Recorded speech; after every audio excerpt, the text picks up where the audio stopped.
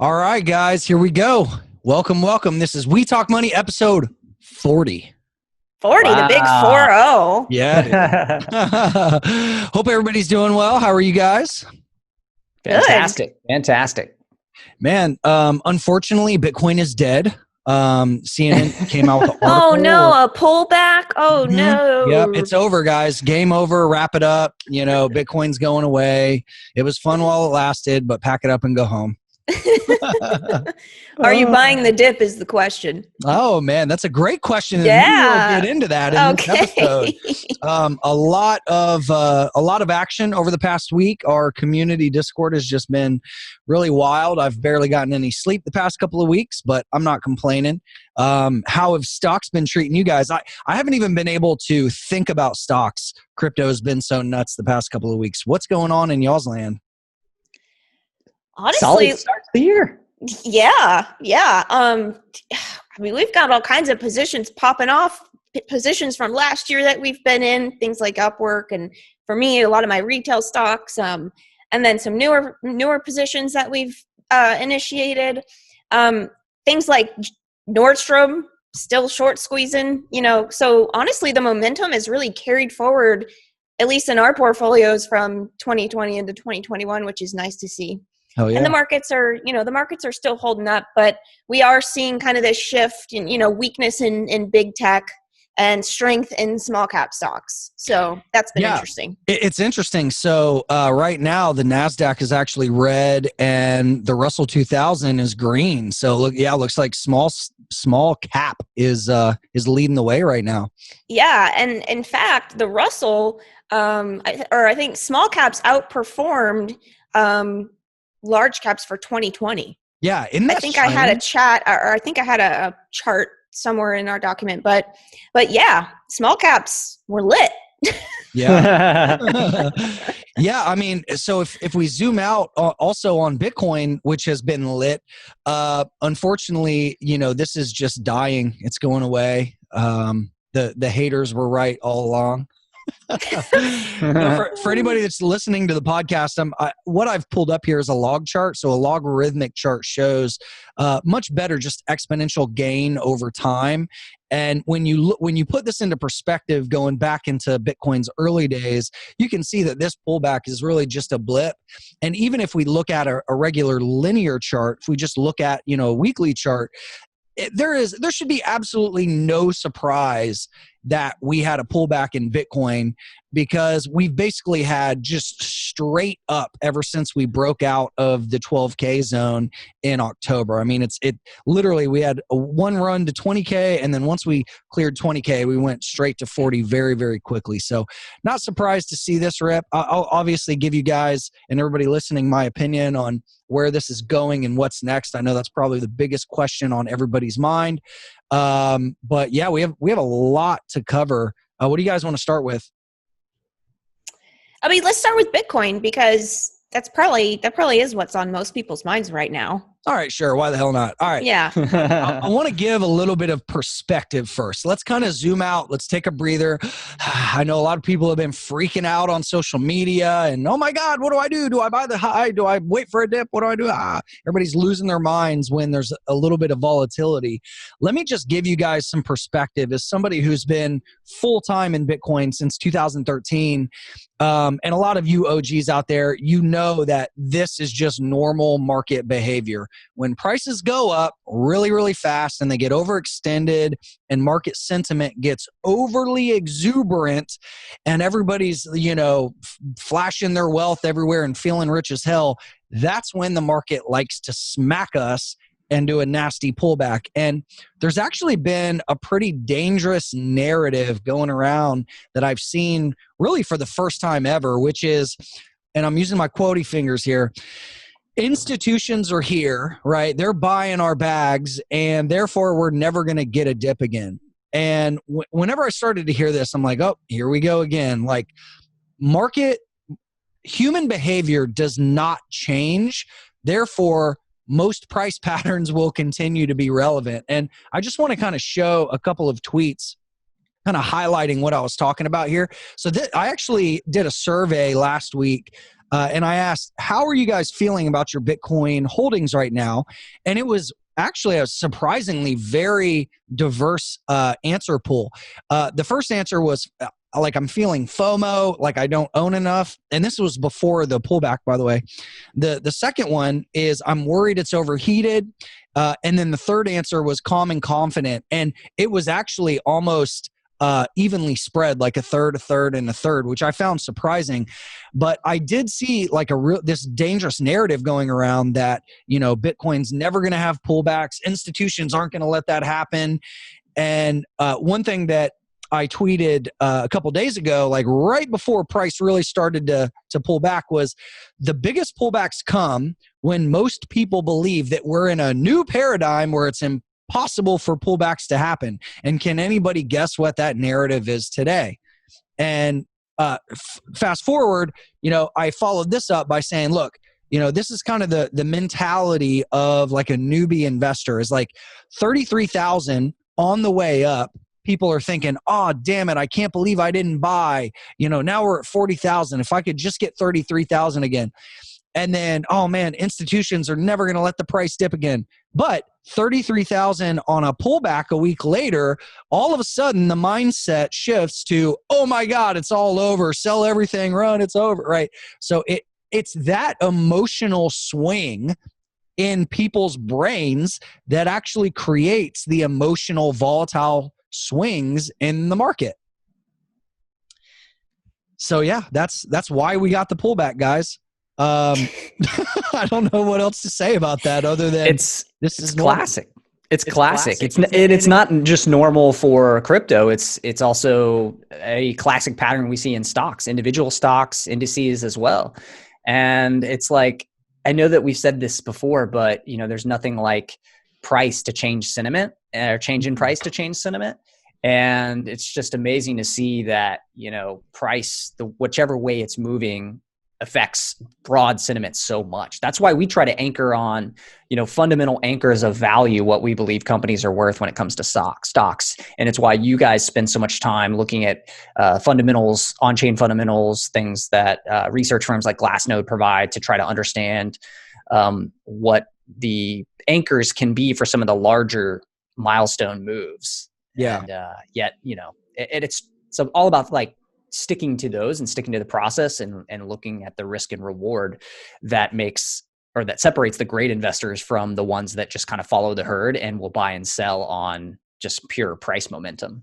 100%. And go ahead. It's funny. It's just funny because I feel like this is, as someone who's really interested in technical analysis, I think that people that are new to crypto or new to trading it, like you have to look at the big picture.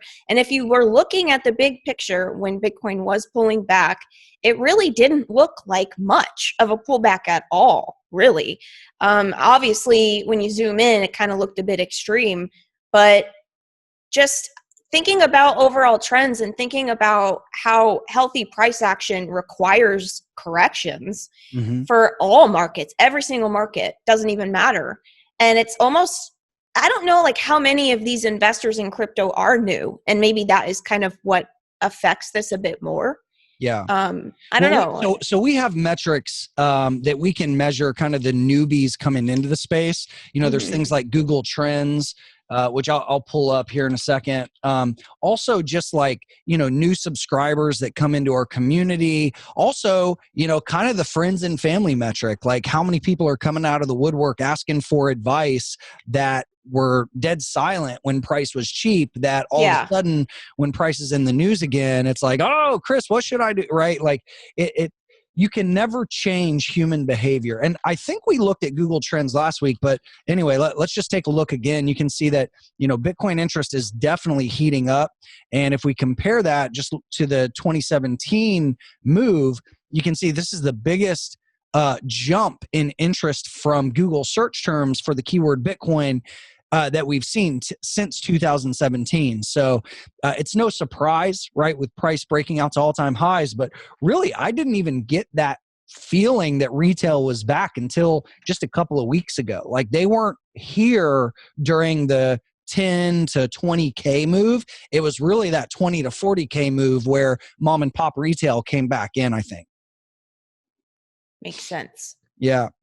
So there was one more tweet I wanted to do, and then we'll look at some fundamental stuff. I thought this was pretty powerful. This was just something I was thinking about yesterday, is the difference between there's really two primary ways to trade Bitcoin, or two primary like categories of trade setups. One is in a bull market, one is in a bear market. And in a bull market, you get breakouts and you get dip buys, right? But I was thinking about why like dip buys are so harder than trading breakouts, right? It's because it never feels comfortable, right? When you're buying a dip, you're usually buying into aggressive red candles where things look scary, right? That's a lot harder mentally than buying a breakout where you have initial momentum in your favor. Yeah. And an example of this is back in March of 2020, we were in here when everybody was freaking out. We were buying this panic when price dropped from 8K to 4K. We were here nailing it in the trading room, right? But it didn't feel good, right? And I don't care how much experience you have. This is so many market cycles into the game for me and Rocky and all the other OGs in the community. But I said, like, during that time period, I was actually questioning my sanity when we were buying here, because it's oftentimes when you take trades that are uncomfortable, those a lot of times when you look back, those are the ones that are the most profitable. So I think that's something to keep in mind for people, is like, if you are buying dips or if you are going against the grain, that's never going to feel comfortable. With experience, you're going to be able to maybe shave off some of the discomfort, but you're never going to be like, yeah, I'm buying into blood and I'm a robot and I have no emotions, right? Unless you're like maybe a sociopath or something. Most people have emotions and they feel these things, right?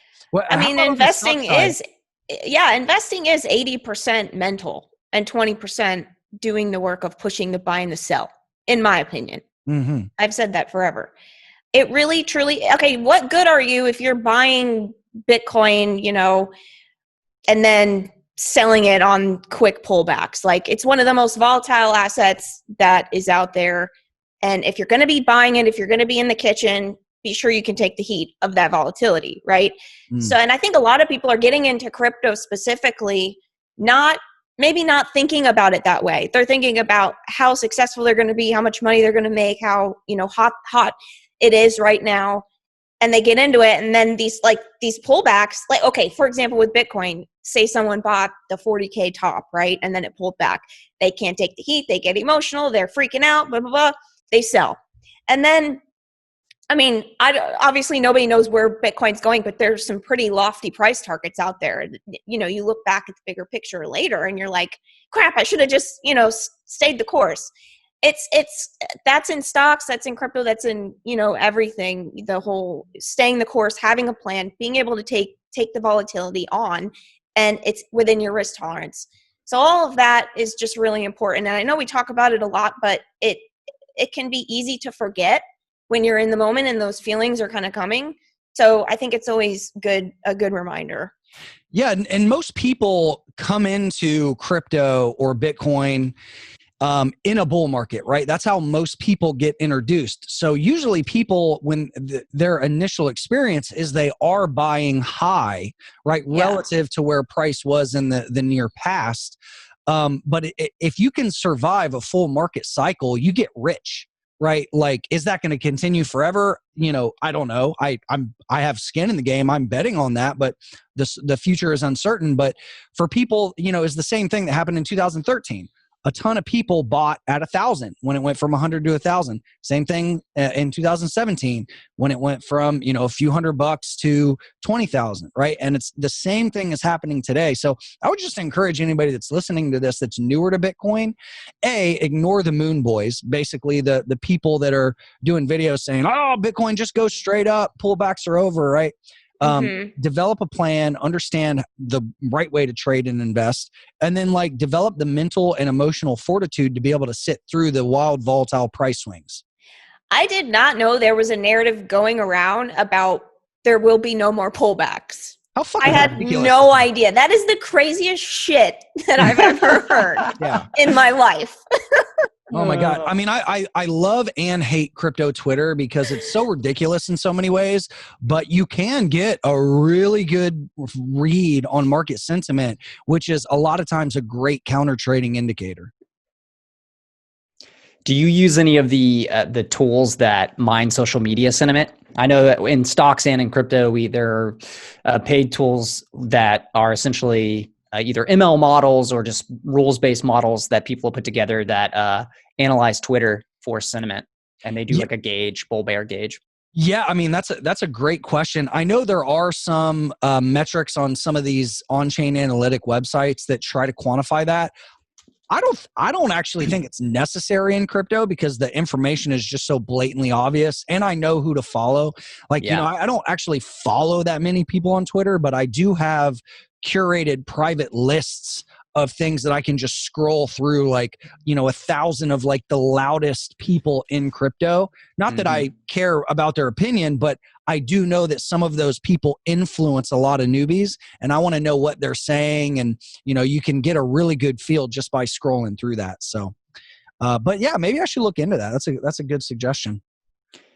I've found it to have mixed results in stocks, so I haven't found it to be like a reliable indicator to like trade off of, at least you know, a one that's high probability. Yeah. But I do think actually I get a pretty good, similar to you, I get a pretty good gauge of sentiment by just looking at things like price action or like activity on Twitter and things like that. So Wall Street bets. Yeah, certainly there too. Yeah. Yeah. Okay, so why don't we do this? Let's talk about, you know, where Bitcoin's going from here, other than the moon. so as we know, you know, Bitcoin basically quadrupled in the past quarter or so, and then now we're seeing like the first real pullback. We know that in the last bull market, we had many pullbacks over 30%. And so one thing I like to look at nowadays is trying to determine when a quote unquote top is in. I'm a real big fan of looking at on-chain factors. I think they're a lot more reliable nowadays than they were in the early days of crypto, just because the market participant pool was much smaller. But if we look here on Glassnode, there's a few things. And again, I did a full video series on this, so you guys can go watch the videos on what these things mean. But if we start to look at some of the market top and bottom indicators here, you know, like reserve risk, Puell multiple, MVRV score, you know, UTXOs and profit, stuff like that. I don't believe a top is in. Just based on the fundamental data and the technical analysis. You know, like if we look at Bitcoin reserve risk, you can see we're kind of middle of the road here. If we look at the Puell multiple, you can see we're eking up. We're not cheap right now, but we're eking up towards kind of the red zone. But you can see when we were here last time, there was actually in 2017, once we were at this similar level, there was another 6 months of bullish price action. If we jump up here, look at the Z-score, you can see we're starting to kind of get a little overextended. But we haven't shot through those extreme pivot highs that we've seen in prior cycles. Again, these things are not exact and they don't have to work. But if we look at probabilities and possibilities, the probabilities are telling us right now that a top is not in. Now, if we look at something like net unrealized profit and loss, you can see we are in overbought territory. We are in green. And so pullbacks are very, very healthy. You know, the last time that we got into super green territory, again, we had another 6 months of bullish price action. Also, let's see what else. When you look at the number, or the percentage of supply that's in profit, when you're hitting an all-time high, that number is basically 100%, meaning that everybody that's bought Bitcoin in the past is in profit.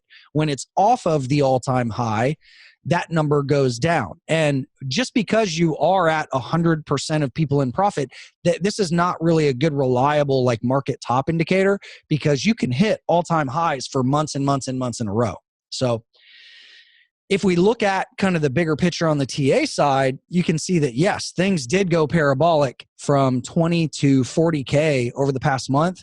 Very, very similar to what happened in 2017, where we went from, like 8 or 10K to almost 20K in about the same time period. So yeah, there is downside risk right now. And if you FOMO'd in at 40K, you might have to take a drawdown.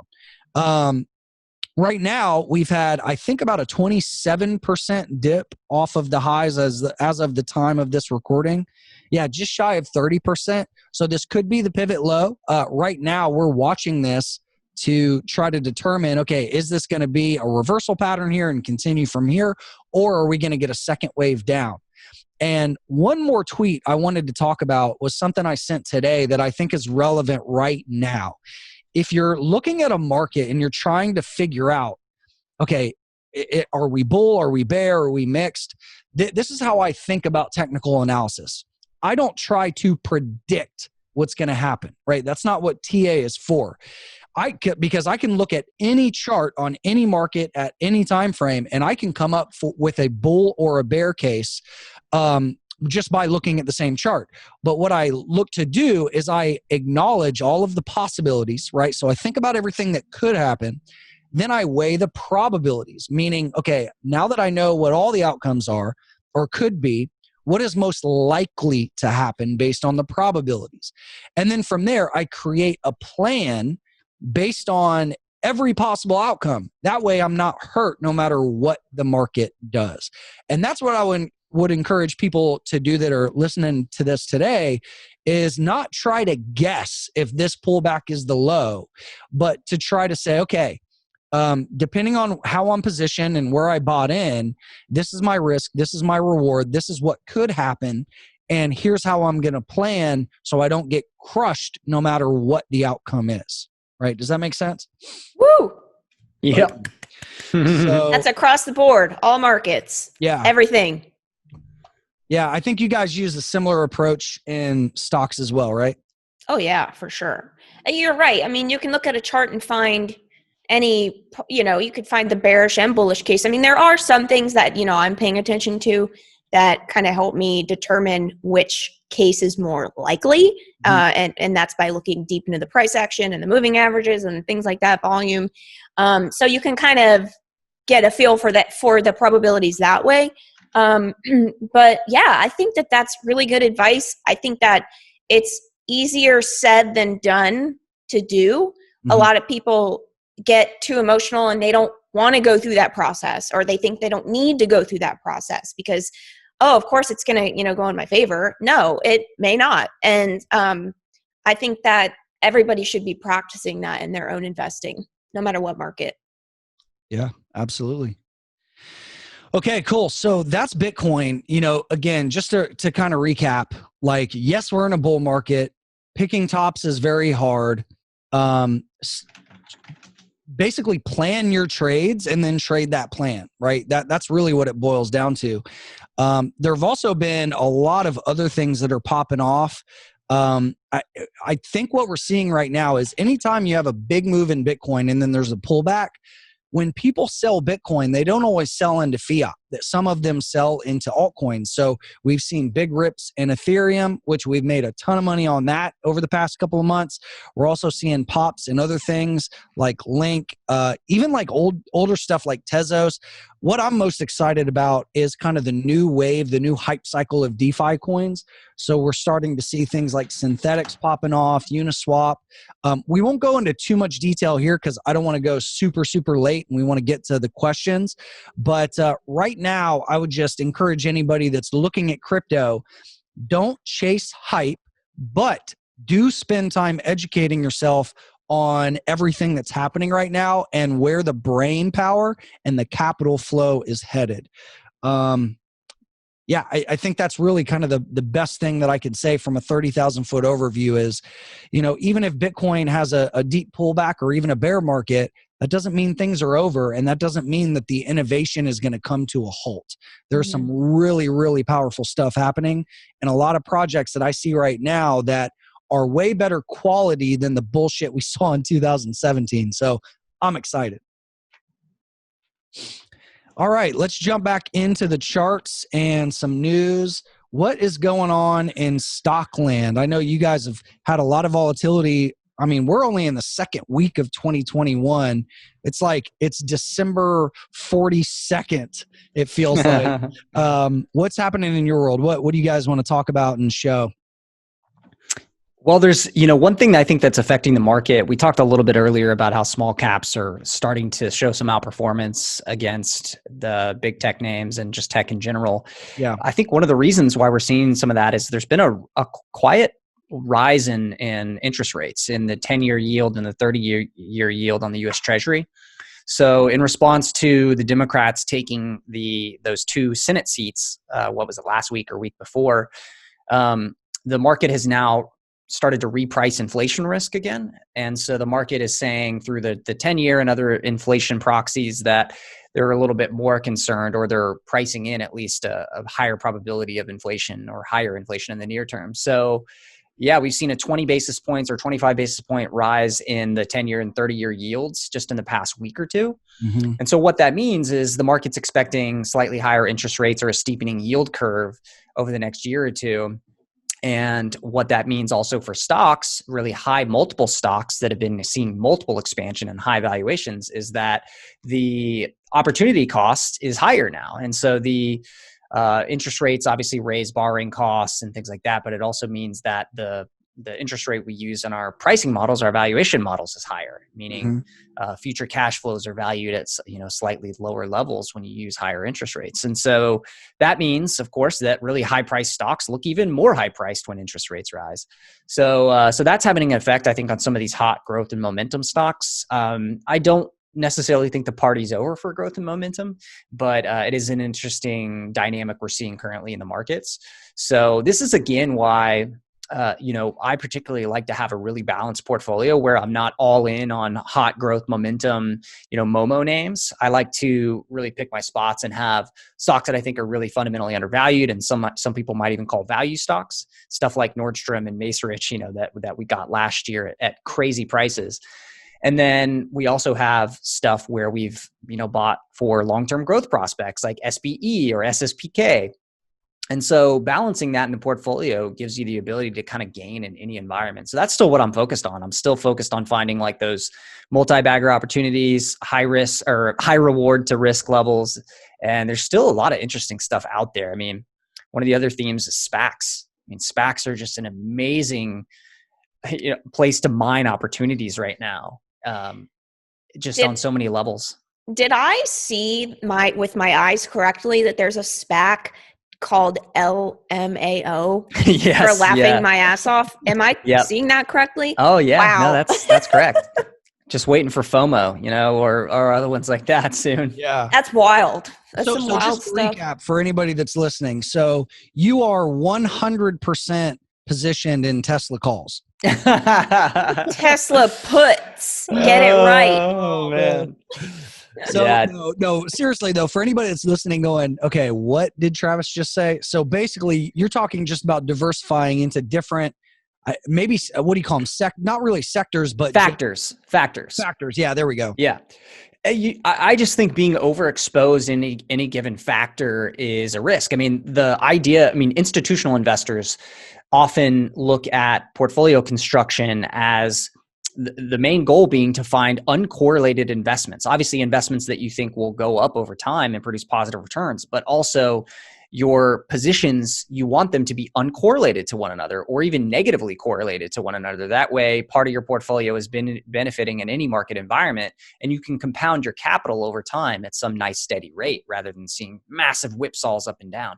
So that's why particularly I like to not be overexposed to what we would call a factor, whether that's a value factor or momentum factor or a quality factor, or there's different factors, and quant investors use factors as well in their investing. So it's just something that, I think about in the back of my mind as I put new positions into the portfolio. Yeah. It's funny, we see actually a lot of crossover from crypto into stocks lately, because there are stocks that are doing crypto mining or that are that they own, they own stakes in companies like exchanges, or they, have put Bitcoin on their balance sheet, obviously, like with MicroStrategy. So like people will. Backed is a big one, right? This is a new SPAC that I guess just announced yesterday, right? Yep, that's right. Yeah. So the deal was announced yesterday. SPAC is going to be taking Backed public.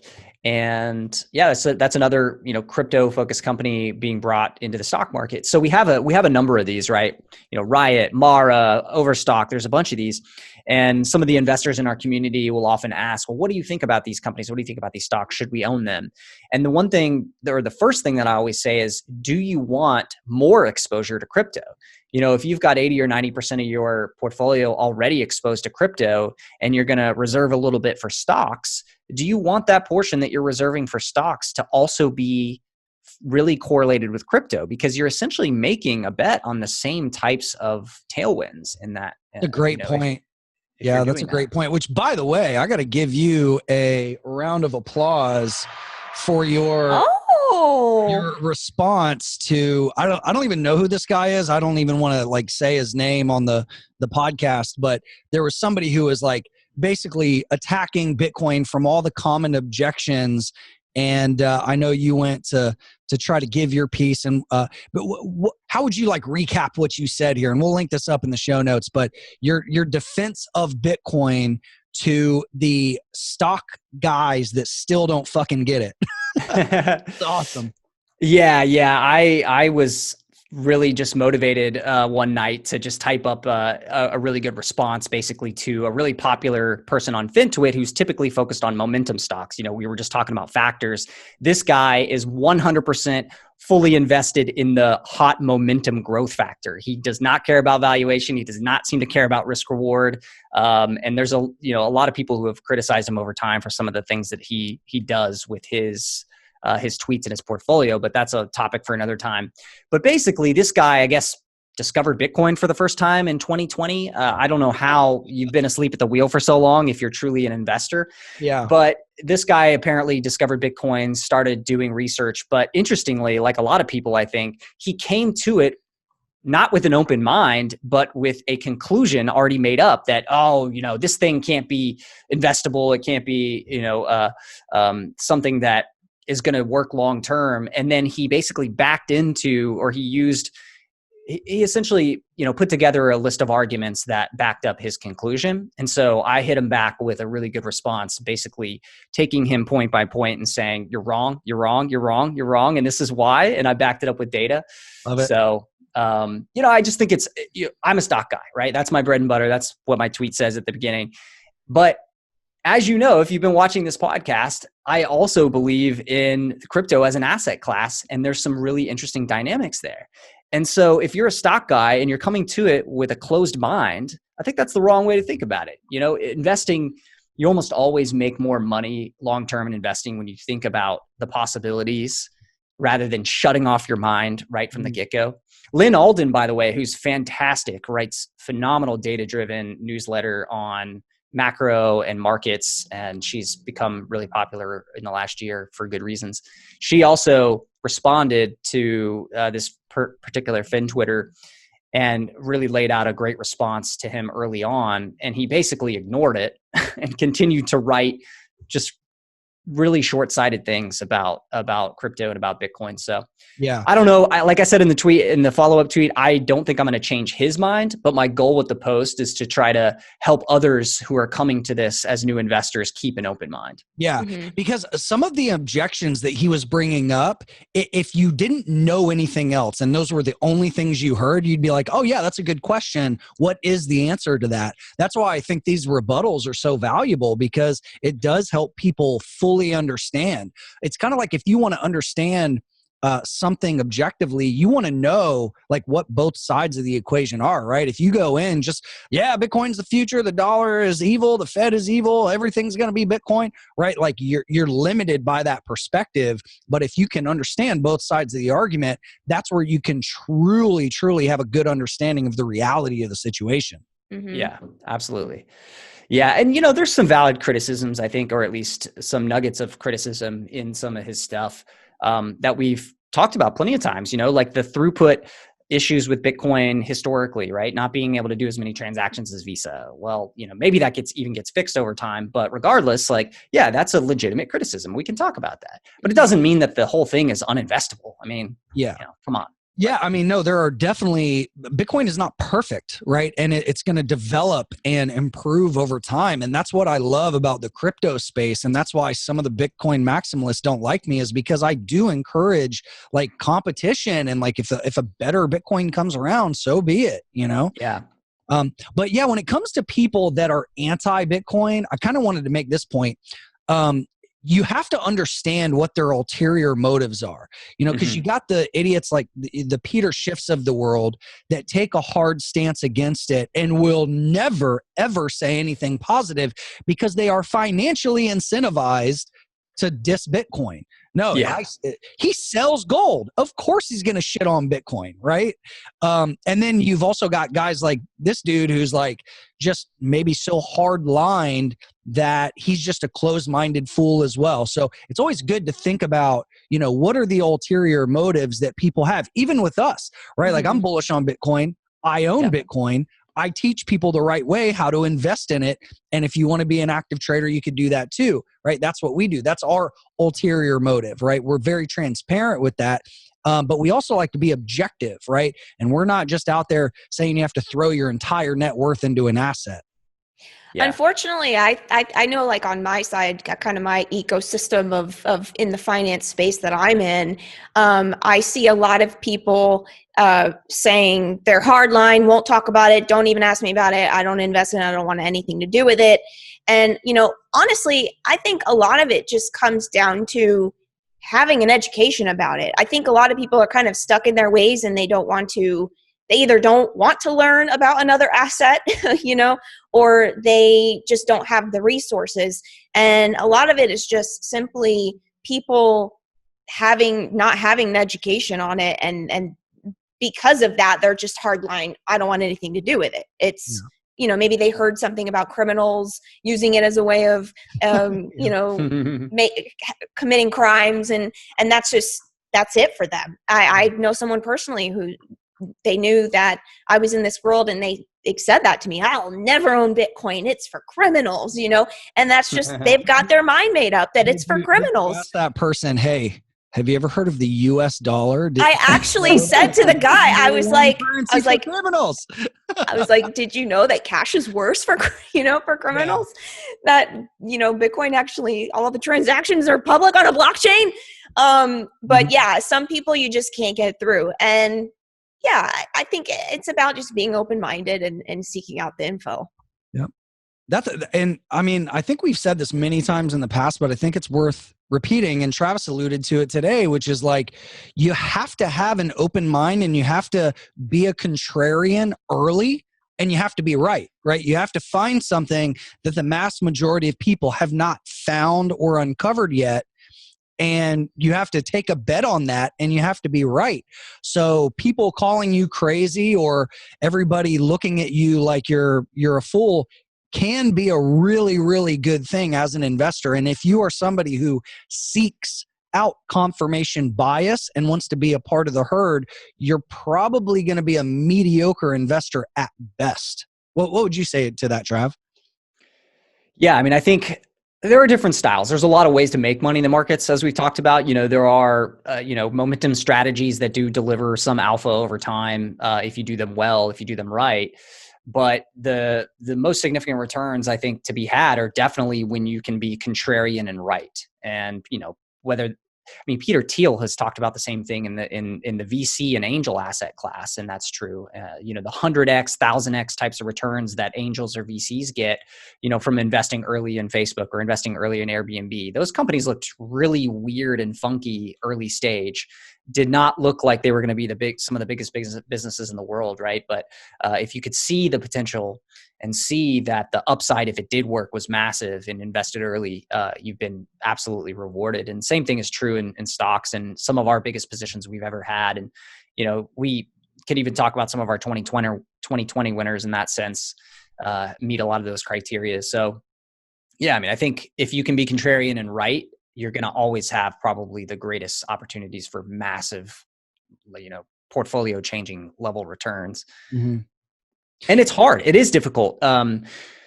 Your batting average is not going to be 100%. You know, most things have some type of trend to them over some amount of time. And so if you're trying to call turns, especially if you're trying to do it in something like the broad market where you're trying to call a turn or mean reversion or something like that, that's actually, I think, probably even most difficult. Like trying to catch like a big pivot in the S&P 500 or something. Yeah, and I think that's probably pretty low probability, and the type of contrarian and right thing that is actually very difficult to make money with. But when you see these scenarios where you have asymmetric risk reward, Ackman's trade in February, right before the coronavirus sell-off, a great example. He was paying very little for the opportunity to get a massive win if his trade went right. And what was the trade for anybody that doesn't know?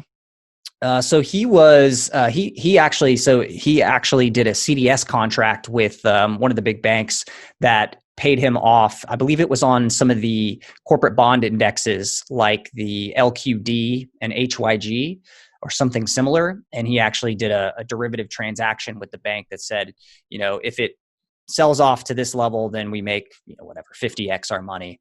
So he was paying a very small amount for protection on those indices. And essentially, basically, you could think of it like put options that were, you know, trading at a 0.5% probability of something happening. And then once it actually played out, obviously it went up 50, 100x. And so he made several billion on that, right? Yeah, he made like 2.7 or 2.8 billion, I believe, off of like a 40 or $50 million initial investment. God. Yeah. But it was such an asymmetric risk reward because, you know, he noticed, hey, I don't think the market's appreciating the risks here with this virus, and we want some protection. And the way that we structure this, we lose a little if we're wrong, and we make an absolutely insane amount if we're right. You love to find those kinds of contrarian and right trades. Oh yeah. So. All right, well, let's do this. Let's look at a few specific stocks. I just want to ask you guys what you're most excited about, either trades you're in or trades you're stalking. We'll look at the charts and then we'll jump into some Q&A. What do you guys think? Absolutely. Yeah, sounds good. All right. Nikki, why don't you throw one out there? Well, I've got a few, but Tiger, TIGR. This is one that actually Travis tipped me off on. He tipped the whole community off on this one. Mm-hmm. And they are kind of known as the Robinhood of China. It's a trading application, web trading or app trading. And, you know, we are potentially going to see Robinhood actually IPO in Q1, maybe. We'll see. It's probably going to be a hot one. And, you know, this could be a sympathy play of sorts is the way we were kind of describing it to the Robinhood IPO. So you guys bought the multi-month breakout here at what, $8? Yeah. So it's funny because this wasn't on my radar and Trav had mentioned it and he asked me how the TA was looking. And I looked it up and I was like, damn, this chart looks really, really good. Yeah. And so I was really glad, Trav. Thanks for bringing it up. And I ended up hopping on the bandwagon and I bought it on the breakout and just kind of riding the trend so far. I feel like the momentum is kind of just getting started. We'll see what happens. So yeah, that's one that I'm in right now. And one that I'm actually, I'll give you two today. Right. There's another one, Bed Bath & Beyond. Bed Bath & Beyond is potentially setting up for a pretty big short squeeze, potentially. It's on the daily chart, it's got a really nice kind of technical setup that we've broken out of this ascending triangle. Actually, today, we're kind of continuing that. But the short interest is around 60%, give or take. And that's really, really high for a stock. I mean, I know GME, GameStop is one that's also had a really high short interest, and that squeezed pretty nicely. And this one I can see kind of doing the same thing, especially being in, first of all, it's a turnaround stock. And so new management, they're doing all types of things to try to turn around the business. Second of all, it's interesting because it's in the home space, and I do think that space is going to continue to kind of it could continue to see a lot of demand with mortgage rates are expected to stay low, interest rates are expected to stay low, and work from home kind of continuing and becoming more permanent for some people. So I think it's got a few interesting things to it. And yeah, so that's one that, Nice. I think could squeeze. This one was at the lows from last year. It was 95% off of its all-time high. That's pretty wild. Did the business just get destroyed, or what's the story behind this? Why did it get so? Well, management kind of squandered this business for years. They didn't know what the hell they were doing. And the stock was just, terrible comps, just not doing well. Coronavirus, believe it or not, was kind of their saving grace turnaround, because they started to see demand in turn with the changes they were making in the business and selling off, other brands that didn't really contribute to the growth of the business. So they're kind of going through this turnaround phase, and that's why. But also, the short interest has been high on this for a while. So that could be contributing to kind of the rebound as well that it's seen since April of last year. Yeah. So yeah. Okay. Sweet. Trav, what do you got? Yeah. So, I think that there's some interesting stuff happening in like some of the sectors that people haven't been paying attention to, like financials and energy. So there's some shifts in the market, and like we talked about with small caps, and so there's some areas there that I'm looking at. Pharma and biotech is another one. There's JP Morgan healthcare conference this week, actually, that there's typically like big deals that come out of that, or big announcements. Haven't seen a ton from that yet, but could be some interesting stuff. There's, really hot, obviously, in gene therapy and gene editing right now, with the CRISPR stocks being up a lot. We've got a play there with a stock that's pretty interesting. But what can I talk about that we've already got a position in? Let me think about this for a second. Yeah, so many things have been like high flyers over the past couple of months. I know a lot of like retail came back, like you guys were saying, like Nordstrom and Mac. And we're harvesting a lot of gains from stuff that we got into 2020. But there's a couple things. Okay, so one that is interesting. One that had an interesting filing that I took note of yesterday was Box. So you all know I've talked about Dropbox, but Box is similarly involved in the enterprise cloud storage space, and they service big customers. And the stock has been pretty much dead money for the past few years. And they've been seeing a deceleration of their growth rate over time. And, the multiple has compressed. It's just not seen as like a tech or SaaS darling anymore. But there's a activist hedge fund, Starboard Value, that's involved and has multiple board seats at Box. And they just increased their position by about 20 to 25% in December and January. They had a filing yesterday that indicated they increased their position. And Box is trading pretty close to its 6-month low or so. I think that ultimately Starboard will probably push for a sale of the company later this year. So I don't know exactly what the timing looks like on that, but I think there's a pretty decent probability that something happens, either a merger or an acquisition of Box. Starboard is known for being particularly aggressive when it gets involved with companies, doesn't sit around in these stocks for many years at a time. They typically push for changes and they want their return. So I thought that was interesting. We've seen they are on the board. They know what's happening with the company, and they're acquiring more shares. So I thought that was an interesting signal. One situation that I know we've talked about a little bit is the Fannie Mae and Freddie Mac situation. So those stocks have been under pressure. The preferred stock, or the junior preferred stocks, as well as the common stock. Like if you pull up FNMAA. And that's a very asymmetric risk reward situation there, especially on some of the preferreds. You have like 5-6 times upside from current prices. And the story really revolves around the government taking further steps to actually reform these entities and re-privatize them, because they're still held by the U.S. government technically. But there are shareholders in the common stock and the preferred stock that have been waiting for years now to see a resolution to actually have ownership in these entities when they get re-privatized. And the Trump administration, they have several people like Secretary Mnuchin and head of the Housing Authority, Mark Calabria, who have been working to reprivatize these entities over the last 3 years. It's been a little bit slow. It was thought that it could get done in 2020, but coronavirus hit and kind of stalled those plans. There's also a Supreme Court case that's going to be heard, or that's already been heard, and there's going to be a decision on probably by middle of this year that could affect the outcomes of this as well. Long story short is they're being priced now because the Republicans have lost the president, obviously the presidential election. They're being priced now as if nothing is going to happen, that the opportunity has been squandered because the Republicans are on the way out and the Democrats aren't going to see this thing forward.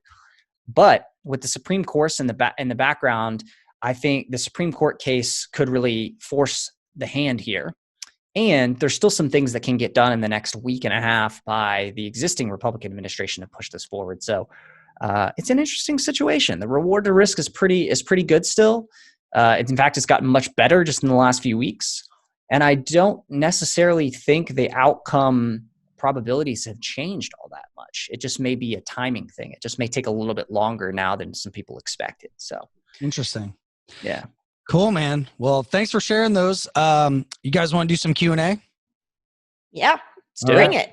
Yeah, I know last week we didn't jump into any Q&A, so this week we will hit a few questions. First one is from Neil, says, what is your number one tip or action that you can take to reduce your short-term capital gains tax liability? Nikki, certified financial planner, what do you have to say about strategies for reducing short-term capital gains? Yeah. So look, if you're going to be a trader, in and out short term, a few things to consider. One, consider doing it in a tax deferred account, something like a solo 401k if you're self-employed, or an IRA account, self-directed IRA account, something like that, where you're not having to really worry about the tax consequences until, you make your money, you grow your account. Later in retirement is when you pull the money out and you pay taxes on it. Hopefully you're in a lower tax bracket than you are today. The second thing is, honestly, consider increasing your position, your holding time, if you can. If you're more of a swing trader and you're kind of, holding positions six months, anywhere from 3 to 9 months, maybe depending on the position, try to see which ones you can kind of let them go that year plus a day so you can get the long-term cap gains rates. And what's the difference, by the way, for anybody that doesn't know in the U.S.? For the short-term versus long-term? So the short-term capital gains rates are just your ordinary income rate, and that rate is up to 37%. And then long-term capital gains are either 0%, 15%, or 20%, depending on your income. And both of, it's a progressive system both ways. So you kind of move through the brackets and you can end up with like an average tax rate. But obviously with the Biden administration, a lot of things might change with taxes.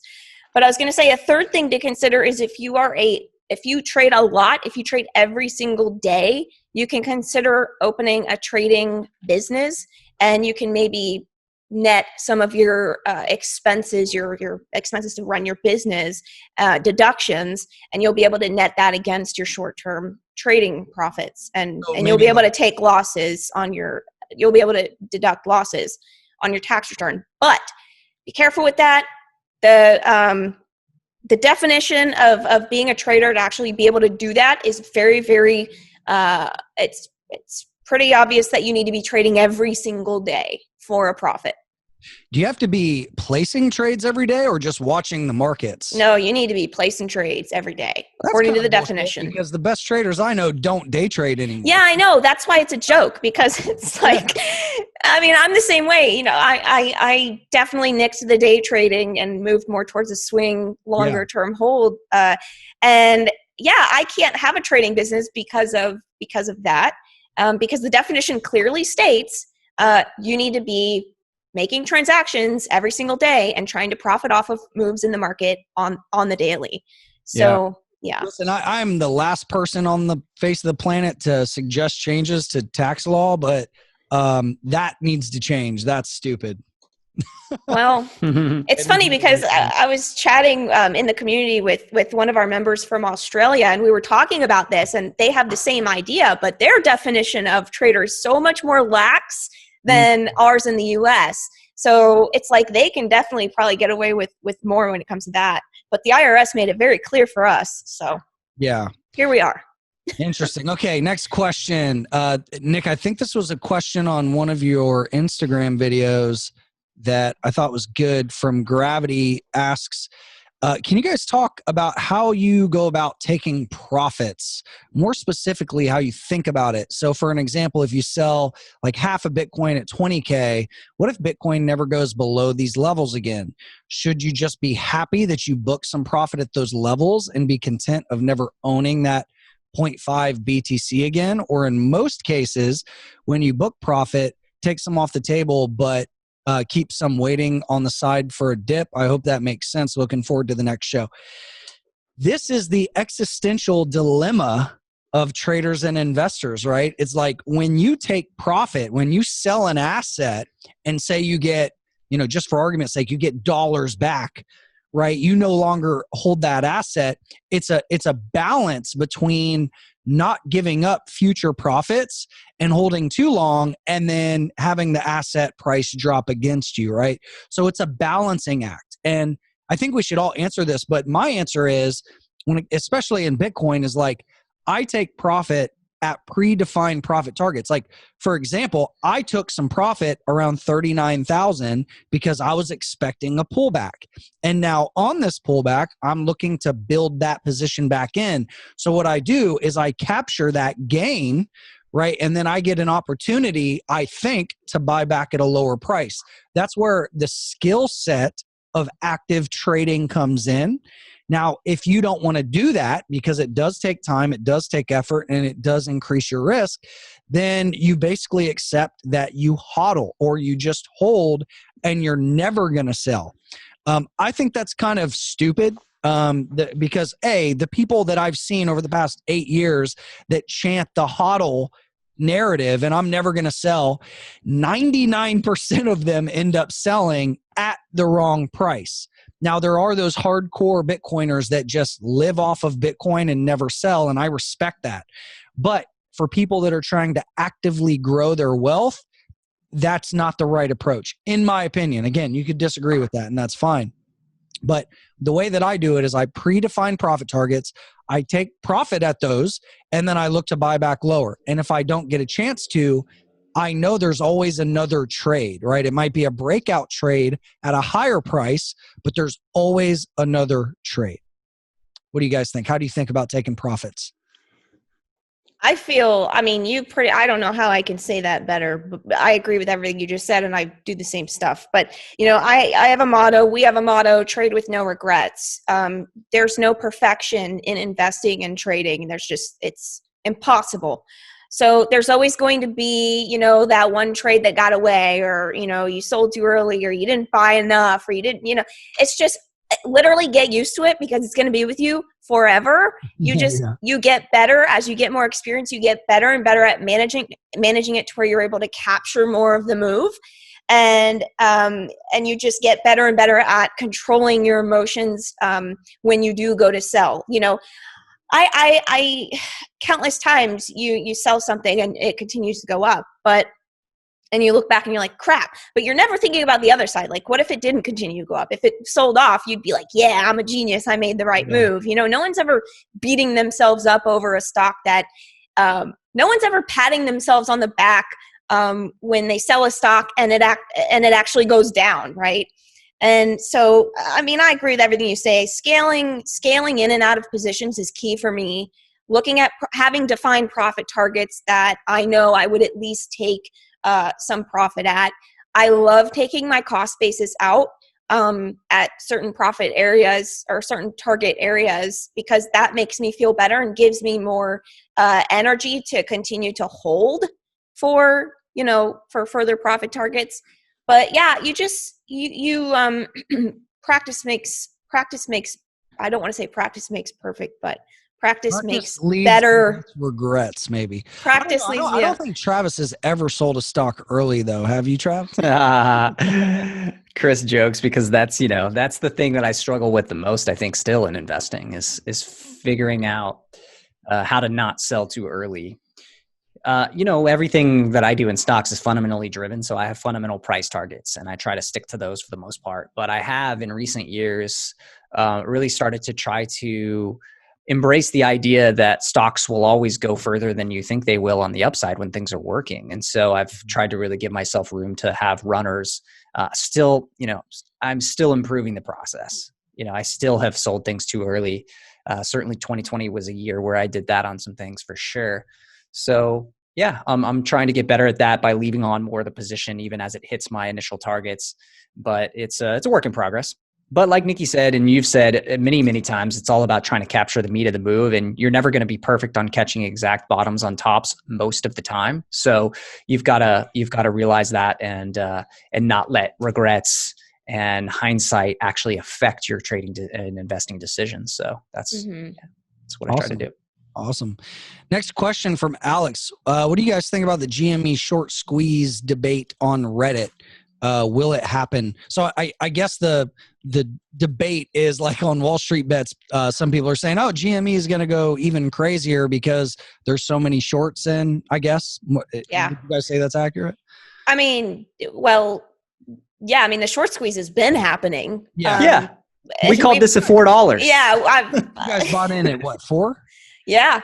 I'm actually still holding a runner on my GME long. So I've actually got a little runner on to see if this thing is going to go even crazier from here. Yeah. I think it's possible. Where did you take profit? Around 17, I think. Okay. I think I scaled out on the way. I scaled out at a few areas on the way up. I think like maybe around 15 and then again around maybe 17. Yeah. I'd have to double check. But yeah, I do still have a runner on this, and I thought about selling it because I was like, thinking about the reward, what else can I do with the capital? But actually, the short interest is still really high. Is it? I don't see here on FinViz. Do you guys know what the short ratio is? It was close to 100% of the float. I will have to look and see what the updated numbers are, but okay. Yeah, this was a stock where floater, isn't it? It's not necessarily. I mean, yes, there is some of the float that's not there because of insiders and activist investors who are on the board. Right. But it was more an issue of just too many shorts. It wasn't necessarily a lack of float, but it was more that there were just so many shorts that piled on over the past 3 or 4 years. This GameStop was losing share. Yeah. And losing revenues. So yeah, this was kind of like a anti-COVID play or like a COVID bear case, right? For physical store locations, online gaming is going to kill it. And then the narrative, I guess, coming back is like, maybe they're going to re-innovate and change their business model. Yeah, we'll see.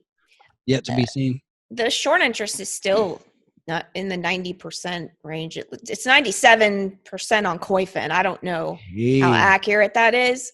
Yeah. But honestly, even what's interesting is it's been stubbornly high this whole time, like throughout, since we were buying it, back in, whatever that was, August of last year or whatever.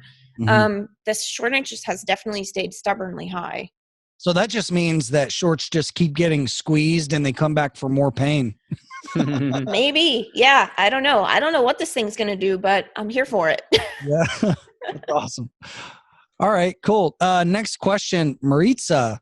My mom is hesitant about refinancing to a 15-year mortgage because the home payment increases, and she's aware that property taxes increase too, but the rate would be much less. She's concerned payments might become too high for her to pay. I'd like to get your input to see if you think it would be smart to go with the refinance. Also, what other things should we take into consideration before making a decision to move forward? Good question. Basically, what I like to tell people, if you take out a 15-year, you're going to be likely paying less interest over the life of the loan than you would if you kept that 30-year, but your payment is going to increase. Can you handle that payment with your cash flow. If you're concerned about that, what I tell people is you can always turn a 30-year fixed into a 15-year fixed by making extra payments on it whenever you can. Make sure the payments go direct to the principal and they're not just, adding it as next month's payment. But that's definitely something that you can do to have the benefits of the 15-year. And when you have the cash flow, put it towards the mortgage, towards the principal. But when you can't, you have that fixed lower payment, which is great. So that's something to consider there. And then also think about the fees. Like what are the fees going to be to do the refinance? There's usually a break even point where you have to think about how many months of making that payment will it take until you recoup those fees. So that's something else to consider as well. Yeah.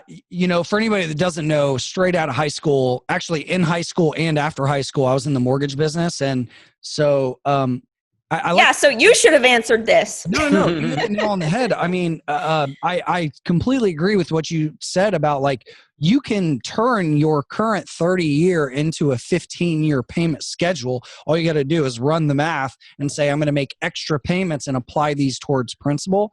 I don't know what this person's interest rate is though.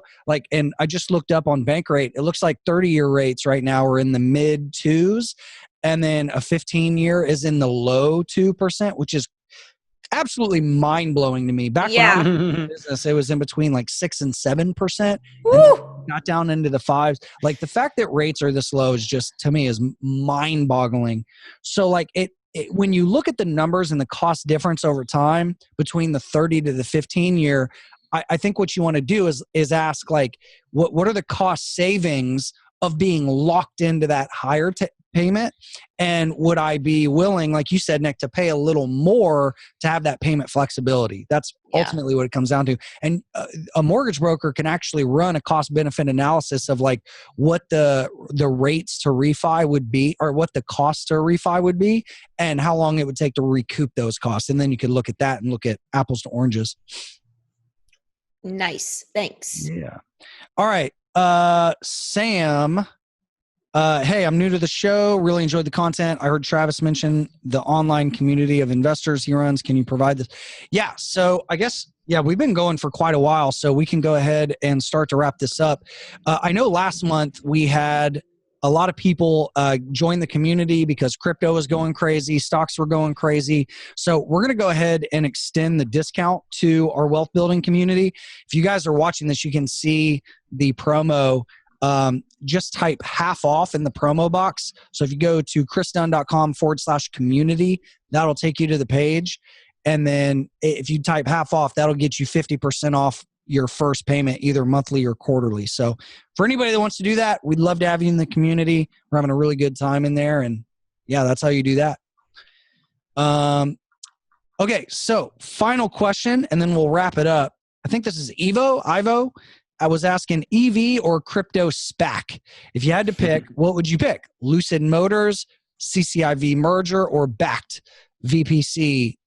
So basically, if you're going to invest in a SPAC, would you choose the electronic vehicle or crypto SPAC? What do you guys think? Man, that's a tough one because they're both hot markets. It kind of depends on price a little bit, but valuation. Backed is still very surprisingly tiny in terms of revenues. I think they're doing like less than 10 million of revenues a quarter. In fact, I think they're projected to do something like 7 million in Q1 2021. Yeah. So Backed just never really took off. Yeah. Backed is still very much a kind of risky VC style investment. CCIV's rumored, it's actually not even, I would say the CCIV acquisition of Lucid or SPAC acquisition of Lucid Motors is not a done deal either. So I'm not sure that I'd be speculating on CCIV, up 40% above its SPAC liquidation price when you don't even know if that's a done deal or not. CCIV was rumored to be taking DirecTV from, public from, what is it, AT&T or whoever owns it, Comcast or AT&T. I forget exactly which one owns it, but I believe AT&T. But anyway, the point is CCIV, it's not a done deal yet either. And, it isn't a hot sector, but that sector is getting increasingly competitive too. So I don't I was- love either one. Yeah. But Right. I was thinking about this Lucid Motors, Trav. I'd be curious to hear your thoughts. Like, it who's going to buy $100,000 EV from a brand that really isn't? I mean, is this just a brand new brand? Like, yeah, it's just, I don't know. Yeah. I have a hard time with that thought. Like, these cars are expensive. They have a range of different vehicles, but I think the cheapest one is like, I want to say it's the 69.9 one. Yeah. But they have one as expensive as 160 grand. yeah. And I'm thinking to myself, okay, if someone has that kind of money, aren't they going to go for something that's very name brand, very, very known? Yeah, I mean, the Porsche Taycan, Ferrari's thought to be working on some electrified versions of its vehicles. Obviously, you have the Model S. Tesla's going to be refreshing their Roadster. You're going to have, all the models coming out from all the major auto manufacturers over the next few years. So, yeah, it's gonna be very, very competitive for Lucid. Obviously, the designs are really interesting. And they're really aiming towards that high performance, high end luxury market, but there's not a lack of competitors in that part of the market either. No. Yeah, that's just these just seem like just gambles to me. I don't know. I don't see a significant edge in either one. What do you guys think?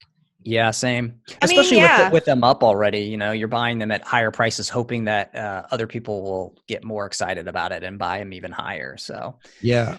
I feel like the SPAC game is now kind of public knowledge. Like early last year when we were talking about it, it was still people were trying to figure it out. And on the announcement, you could still get in at a reasonable valuation. But yeah, this sucker went from 10 to 15 in less than 48 hours. and hey, don't get me wrong. Like this game of hot potato can work. We've seen it, we've seen SPACs, even a few of the ones that we bought low that we thought had great potential go up, massively in a short amount of time, like SBE, for instance. So this can work, buying them at 14, 15 bucks, hoping it goes to 25, 30, 35, especially in a hot sector like EVs. But, it's just, yeah, it's one of those questions that I have ultimately is like, are you, if you're trading it, then that's a totally different analysis. I'm looking at it more through the lens of like a longer term investor, reward to risk. How do I position? And I'm not crazy about either one of these, but then again, there's probably more work to do to understand Lucid in more detail and the opportunities there. Backed, Chris, you probably have better insight there as well. But it doesn't seem like they've had the explosive volume that you would want to see, especially in comparison to something like DeFi, Coinbase, etc. Yeah, I mean, for me, there's just better places to put capital. Backed and a lot of the crypto derivatives are weird. Even like, I don't want to say anything negative about Grayscale, but I'm like, look, for me, it just makes more sense to buy the spot assets. That's just my opinion. And then, a lot of these plays on the infrastructure, like I do like exchanges as a business model because they're cash cows if you get the volume, right? Yeah. That's a big what if. And the future, the crypto derivatives markets are very competitive right now. And I don't know. I'm not really bullish on any U.S. Derivative exchanges. Like I think the U.S. regulatory picture right now is quite scary, and a lot of capital and talent is going elsewhere. And so for that reason, I'm out. Yeah. Oh shit. Okay. What else do you guys want to talk about before we wrap it up today? Anything else you guys are excited about for the coming weeks?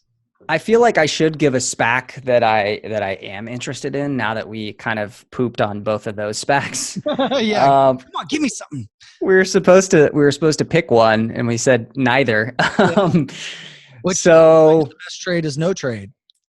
Yeah, that's right. I still think, obviously, we've talked about SSPK in the past, which is the SPAC that's going to be taking Weedmaps public. I like Weedmaps' business model and the potential to power kind of the software and the back end and the ordering systems for a lot of cannabis dispensaries.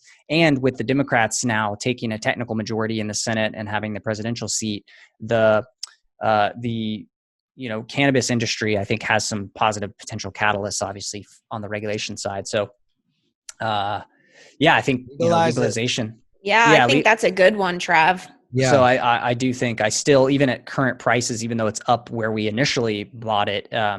Where'd you guys get in? Our average cost, is in the 12s. Nice. But yeah. So after the pullback, I remember. So it gapped, and then you guys bought the pullback. Yeah. Mm-hmm. And I think this can still be, over the next few years, assuming the company executes well, a 2 to 3x type of return from current levels. So, I don't know exactly where it goes in the next 2 or 3 weeks, but I still like this one a lot from a longer term perspective. Yeah. So there you go. Awesome. There it is. All right, guys. Well, I hope everybody got a lot of value out of this. If you want to leave a question for the show, go to wetalkmoney.com and subscribe through podcast, YouTube, whatever is better for you. And please, be disciplined. There's a lot of opportunity out there, but I will say it's times like these in the market where there's a lot of volatility that people make a lot of expensive mistakes. So keep your emotions in check, plan your trades and trade your plan. Don't blindly follow us. Again, we're not financial advisors. None of this is financial advice. We just want to help you guys see the way we think through things and kind of our mental models for how we approach investing and trading. And if you want to do that alongside of us, we'd love to have you in our community. It's a no bullshit, supportive community of people that are everything from crypto whales to stock whales to newbies. We've got a really diverse pool of people in there. And we have a lot of pride in what we do there. And so it's a fun thing. Would love to have you. And look forward to seeing you guys in the next episode. So thanks to Nikki and Trav for joining me today. Hopefully live for the next one, right? Yeah, hopefully. Hopefully our producer will be back in town and we can get back in the studio. But everyone's over Zoom. Over it. Zoom fatigue. Cool. All right, guys. Well, y'all have a good one, and we will catch you next week. Take care. Cheers. See ya.